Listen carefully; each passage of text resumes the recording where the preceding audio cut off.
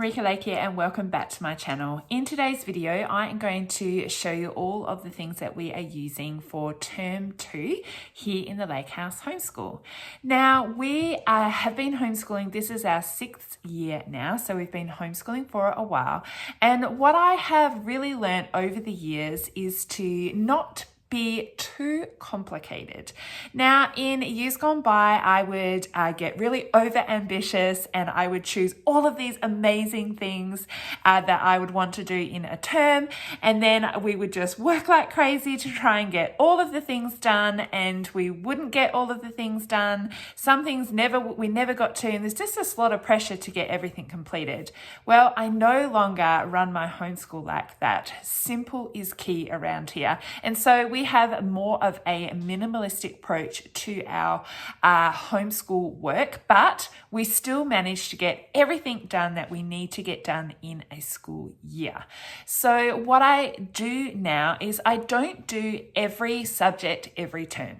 So in the course of a year, we will cover everything we need to cover: history, science, geography, art, all of the things, but we don't do every single subject every single term. So last term, in term 1, we had more of a science focus, and for term 2, we are going to have more of a history focus. So let's have a look at all the things that we are using for term 2 so I can kind of show you what it is I'm talking about.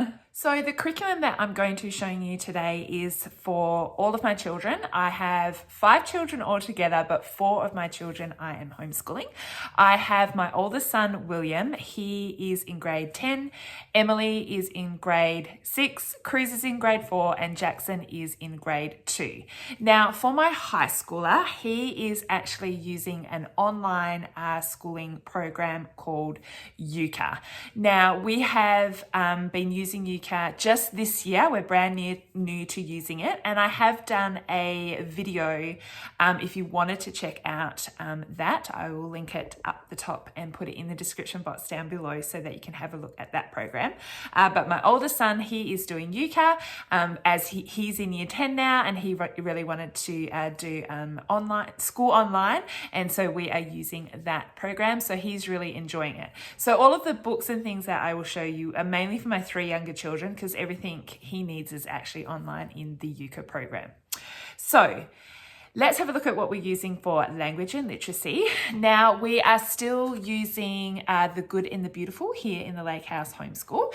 Now, as I said at the beginning of this video, I don't do every subject, like every learning area, every single term, except for 3. So for language and literacy, obviously we do that all year round. We do math every single term, and also Bible studies as well. So they're the 3 things that we do all year round.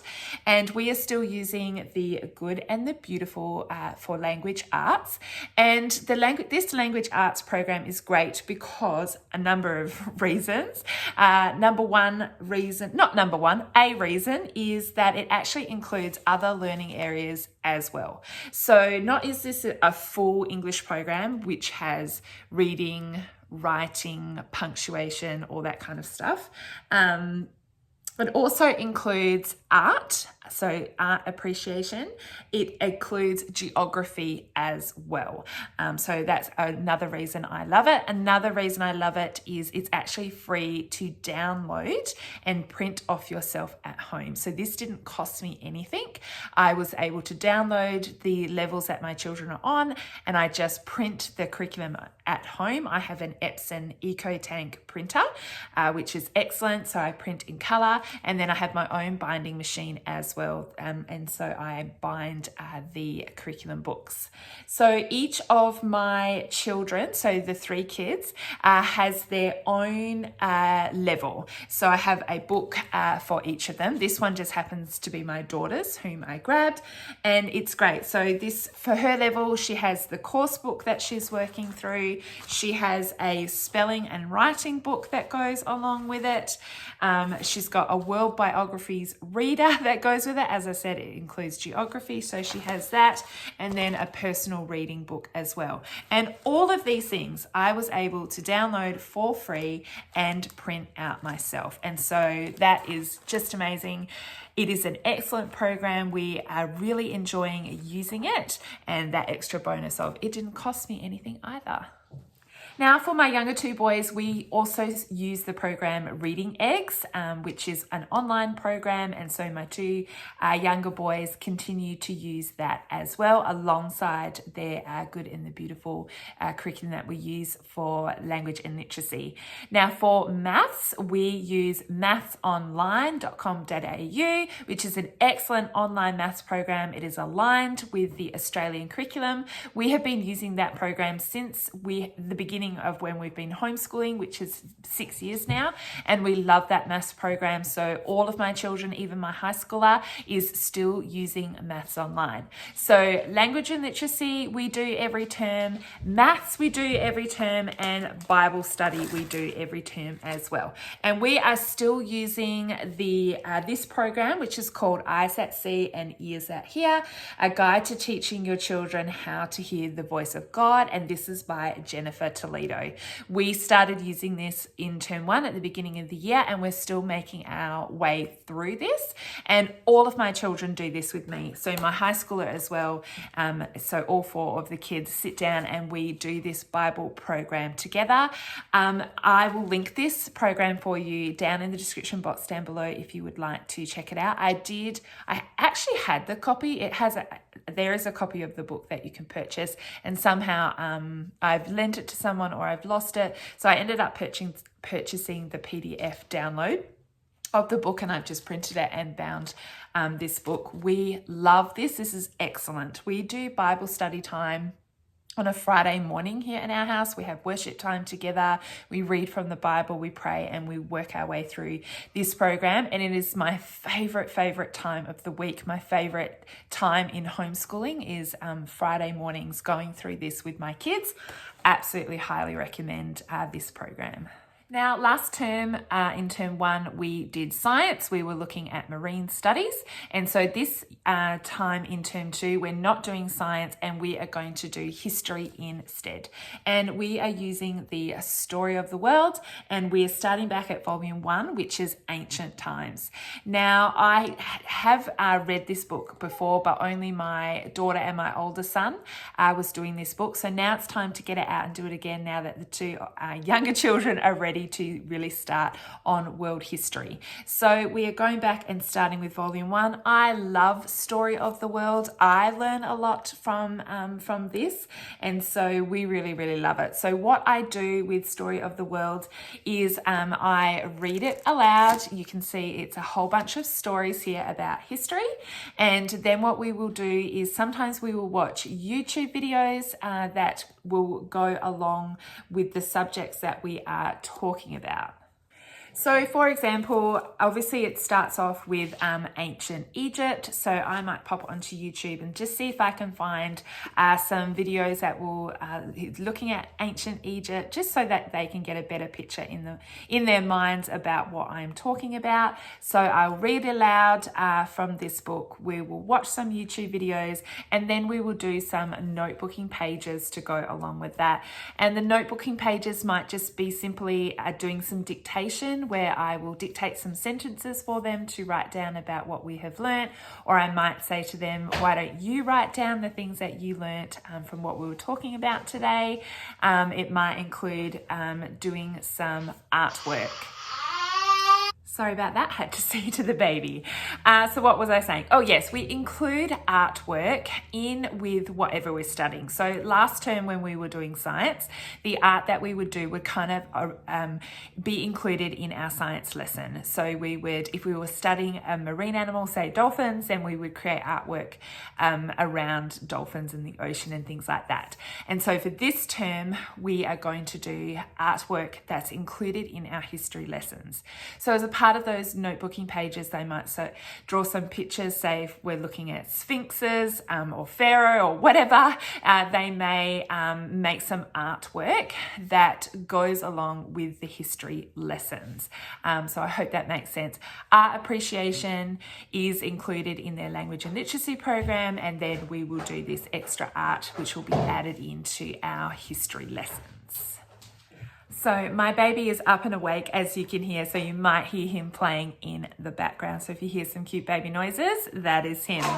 But what I usually do for art is I just hit up the great internet and just find some activities that's going to go along with our history lessons. So I found this mapping activity. This will cover geography as well, and they will create their ancient Egypt map. They'll colour in the different areas and things like that. And then I just found this that we will use. I'll actually get the children to copy this onto like watercolour or acrylic paper, and then they can then paint it, just because it feels a little bit overwhelming to paint such a detailed picture like that. So they will do that. Then we're going to look at some pottery, and I've just got, they will design their own design work on the different pottery shapes. We'll also look into, as a part of ancient history, look into the ancient Greece and the ancient Olympics, because the Olympics are on this year. And so we will look at doing things like that. And so just find some crafts, some artwork. So we'll use this, we'll probably do like paper collage and create the Olympic torch. And so they're just some ideas about how we are incorporating art into our history this term. And this term we are also studying German. So my daughter, she has been studying German for a few years now, so she is just continuing on with that. She this year is using Duolingo, which is a free online program. So far she is really enjoying that. And I'm going to start Cruz on German lessons this year. He is in grade 4, so this is the first time that he's studying a second language. And so I do have these workbooks, which are called Be German. I have done a flip through of these books. If you wanted a closer look, I'll fly a card at the top and put a link in the description box down below. I just picked these workbooks up from Amazon, and so my daughter has one. She's working on volume 3, and Cruz, he's starting out, so he is working on volume 1. And these are great. They are just really simple little activities that they can do. It is written in English and German, so if you can't understand German yourself, you're still able to read the instructions and learn along with your kid as well. So we have already started those, and so we're doing German this term as well.